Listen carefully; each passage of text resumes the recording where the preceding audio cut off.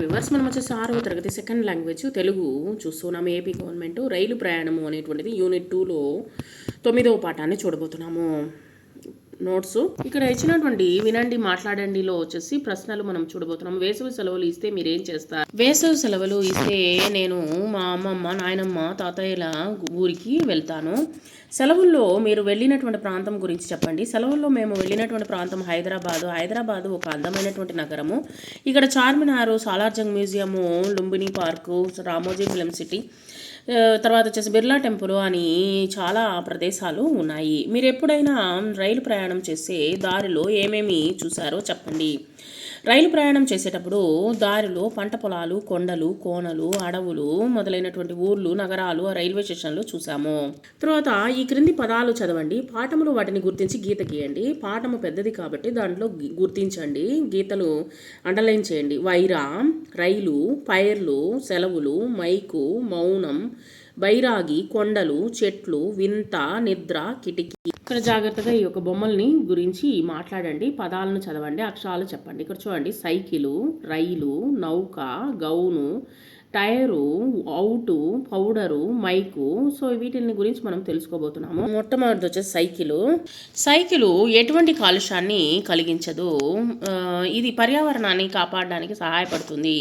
ప్రతిరోజు సైకిల్ తొక్కడం వల్ల గుండె ఆరోగ్యం మెరుగుపడుతుంది మరియు ఆ శరీరంలోని కండరాలు దృఢంగా మారుతాయి.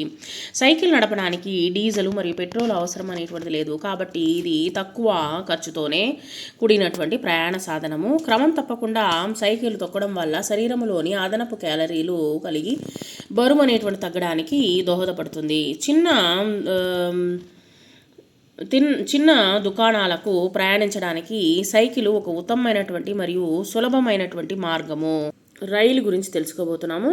రైలు బండి పట్టం పైన నడిచేటువంటి ఒక రవాణా సౌకర్యము. అది ప్రయాణించేటువంటి ప్రయాణికులని మరియు సరుకులను ఒక చోటు నుండి మరొక చోటుకి చేరవేసేటువంటి అతిపెద్ద రవాణా సాధనము. రైలును గ్రాంధిక భాషలో ధూమశకటము అని అంటారు. రైలు రకాలు వచ్చేసి రైలు ప్రధానంగా ప్రయాణికుల కోసము, ప్యాసింజరు, ఎక్స్ప్రెస్ మరియు సరుకుల రవాణా కోసము ఉపయోగిస్తారు. శక్తివంతమైనటువంటి ఇంజిన్ సహాయంతో అనేకమైనటువంటి బోగీలు రైలు పట్టాలపై కదులుతూ ఉంటాయి. భారతదేశంలో మొదట రైలు 1853 సంవత్సరంలో ముంబై నుండి థానే వరకు నడిచింది. దూర ప్రయాణాలకు రైలు చాలా అనుకూలమైనటువంటిది. ఇప్పటి కాలంలో సూపర్ ఎక్స్ప్రెస్ ట్రైన్లు అనేక వసతులతో కూడి ఎన్నో వచ్చేసాయి. మనము నౌక గురించి తెలుసుకోబోతున్నాం. నౌక అనేది నీటిలో ప్రయాణించేటువంటి అతిపెద్ద రవాణా సాధనము. దీన్ని సముద్రాలు మరియు మహాసముద్రాలతో ప్రయాణికులను మరియు భారీ సరుకులను చేరవేయడానికి ఉపయోగిస్తారు. ఇక్కడ నౌకలు దేశాల మధ్య అంతర్జాతీయ వ్యాపారానికి ప్రధాన ఆధారము. పాతకాలంలో నౌకలు గాలి సహాయంతో నడిచేవి, కానీ ఇప్పుడు శక్తివంతమైనటువంటి యంత్రాల ద్వారా నడుస్తున్నాయి. యుద్ధ నౌకలు, విహార నౌకలు మరియు సరకు రవాణా నౌకలు వంటి వివిధ రకాలు ఇందులో ఉన్నాయి. తర్వాత గౌను గురించి తెలుసుకోబోతున్నాం. గౌను అనేది బాలికలు మరియు మహిళలు ధరించేటువంటి ఒక అందమైనటువంటి దుస్తులు. ఇది సాధారణంగా భుజాల నుండి పాదాల వరకు పొడవుగా వివిధ డిజైన్లలో లభిస్తాయి. పుట్టినరోజు, వివాహాలు, ఇతర శుభకార్యాలను వీటికి ఎక్కువగా ధరిస్తారు.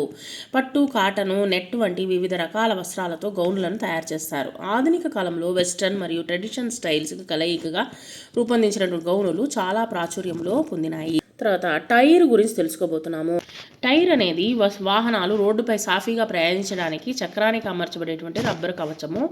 ఇది వాహనం యొక్క బరువును మోయడమే కాకుండా ప్రయాణములో వచ్చేటువంటి అదురువులను తగ్గిస్తాయి. అంటే పోయేటప్పుడు పైన ఎగుడు దిగుడులు ఉంటే వాటిని తగ్గిస్తాయి అన్నమాట. టైర్లపై ఉండేటువంటి నమూనాలను రోడ్డుపై పట్టాను ఇచ్చి వాహనం అనేటువంటి జారిపోకుండా కాపాడతాయి. గాలి నిండినటువంటి టైర్లను న్యూమాటిక్ టైర్లు అని అంటారు. ఇవి ప్రయాణాన్ని సౌకర్యవంతంగా చేస్తాయి. భద్రత కోసం టైర్లలో గాలి పీడనాన్ని మరియు వాటిని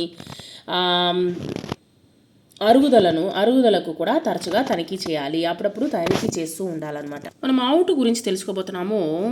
ఇక్కడ చూడండి, అవుటు అంటే టపాకాయను అవుటు అని పిలుస్తారు. నిప్పు అంటించగానే పేలిపోయేటువంటి వస్తువు అనమాట. దీన్ని దీపావళి సందర్భంగా మరియు మనము కాల్చడం జరుగుతుంది. కాలవడం చేస్తాము. ఇది కాల్చే సమయంలో పిల్లల్ని దూరంగా ఉంచి కాల్చాలి. ఎందుకంటే దీనిలో వచ్చేటువంటి శబ్దము చెవిని, చూపును కూడా అంత మంచిది కాదనమాట. చూపు కూడా అంత మంచిది కాదు. సంతోషానికి మరియు దుఃఖ సమయాల్లో వీటిని జనాలు కాలుస్తూ ఉంటారు. తర్వాత ఇక్కడ పౌడర్ వచ్చేసి ఇక్కడ వచ్చేసి మైకు, ఈ రెండింటి గురించి మనం తెలుసుకోబోతున్నాం. పౌడర్ అనేది ఘన పదార్థాలను చాలా మెత్తగా పొడి చేయడం ద్వారా తయారవుతుందన్నమాట. పౌడర్ అనేది మనం సాధారణంగా చర్మానికి ఉపయోగిస్తాము, తాజాగా ఉండడానికి మరియు సువాసన కోసము ఫేస్ పౌడర్ని ఉపయోగిస్తాము. అదేవిధంగా ఇది చర్మంపై ఉన్నటువంటి తేమను లేదా చెమటను పీల్చుకొని పొడిగా ఉంచడానికి సహాయపడుతుంది. పౌడరును కేవలము సౌందర్యం కోసమే కాకుండా ఔషధాల్లో పొడులను కూడా ఉపయోగించి మనము ఈ యొక్క తేనెలను కలిపి మనం తింటూ ఉంటాం. తర్వాత వచ్చి వంటల్లో కూడా వచ్చేసి మనము పౌడర్ని కలుపుతాం అనమాట. వివిధ రకాలైన పౌడర్లను వాడుతాము. చిన్నపిల్లల కోసం ప్రత్యేకమైనటువంటి బేబీ పౌడర్లను కూడా ఉపయోగిస్తారు. ఇది వారి చర్మానికి రక్షణని ఇస్తాయి. మైక్ గురించి తెలుసుకోబోతున్నాం. మైక్ అనేది ధ్వనిని విద్యుత్ సంకేతాలుగా మార్చేటువంటి ఒక పరికరము. దీన్ని ప్రధానంగా స్పీకర్ల ద్వారా ధ్వనిని పెంచడానికి లేదా ఆడియోను రికార్డ్ చేయడానికి ఉపయోగిస్తాము. సమావేశాలు, కచేరీలు, సినిమా షూటింగ్లు మరియు రేడియో ప్రసారాల్లో మైక్ను ఉపయోగిస్తారు. మన దైనందిన జీవితంలో మొబైల్ ఫోన్లు, టెలిఫోన్లు మరియు ల్యాప్టాప్లకు మైక్ అనేటువంటిది అంతర్నిర్మితంగా ఉంటుంది. ఇందులో ఇప్పుడు వైర్ ఉన్నవి మరియు వైర్లెస్ అనేటువంటిది 2 రకాలుగా మనము వాడుతూ ఉన్నాం అనమాట, దొరుకుతూ ఉన్నాయి. ఇక్కడ తేడాను గమనించండి. సైకిలు, పౌడరు, రైలు, గౌను అనేటువంటిది ఔ అనేటువంటి ఈ శబ్దాలు అక్షరాలని మనం గుర్తించాము. ఇక్కడ పదాలు చూడండి. సంతలో టమాటాలు చాలా చౌకగా దొరుకుతాయి. ఇక్కడ క్రింది వాక్యాలను చదవండి. గీత గీసినటువంటి అక్షరాలను సరిచేసి రాయండి. ఇక్కడ చూడండి, పాప గౌను వేసుకుంది, గదిలో లైట్ వెలుగుతుంది, రైలు కూత కూసింది, గౌరి డైరీ రాసింది, రాజు మైకులో పాటలు పాడాడు. మనకు సరిగ్గా ఇవ్వలేదు, అంటే అక్షరాలను వచ్చేసి సరిచేసి మనం రాయాలి. ఇక్కడ చూడండి, మనము కరెక్ట్గా రాయండి, వాటిల్లో వచ్చేసి సరిచేసి రాయండి. తర్వాత ఇక్కడ వచ్చేసి గుణింతాలు వచ్చేసి కూడినటువంటి కొన్ని పదాలు రాయడం జరిగింది. మైకు, గౌను, నౌక, రైలు, దైవము, తౌడు, తైలము, కైక, రైటు, టైరు, కౌలు, గౌరి, దైవము, నౌక. ఇక్కడ వచ్చేసి ఆ నుంచి ఔ గుణింతాలతో కూడినటువంటి పదాలని రాయమని చెప్పున్నారు. గుడింతం రాసిన తర్వాత ఇక్కడ వచ్చేసి ఆ అక్షరాలతో కూడినటువంటి పదాలని రాయమంటున్నారు. ముందు గుడింతాలు చూద్దాము. కై, ఖౌ, గై, గౌ, చై, చౌ, చై, జై, జౌ, టై, టౌ, డై, డౌ, తై, తౌ, దై, దౌ, నై, నౌ, పై, పౌ, బై, బౌ, మై, మౌ, యై, యౌ, రై, రౌ, లై, లౌ, వై, వౌ, సై, షౌ, షై, షౌ, సై, సౌ, హై, హౌ, లై, లౌ. వాటితో అక్షరాలతో కూడినటువంటి పదాలు ఇందాకే చదువుకున్నాము. తర్వాత క్రింది వాక్యాలను గీతల్లో అందంగా రాయండి. సైకిల్ టైర్లు గాలి లేదు, గౌరీ పౌడర్ రాసుకో. ఈ విధంగా నీట్గా 3 లైన్ల నోట్బుక్ అయినా సరే, 1 లైన్ నోట్బుక్ అయినా సరే దాంట్లో నీట్గా అందంగా రాయండి. నాకంటే నీట్గా రాయండి. రైల్లో హైదరాబాద్కు పోయాను. తర్వాత ఈ క్రింది గళ్ళలో అక్షరాలతో పదాలు అనేటువంటి రాయండి.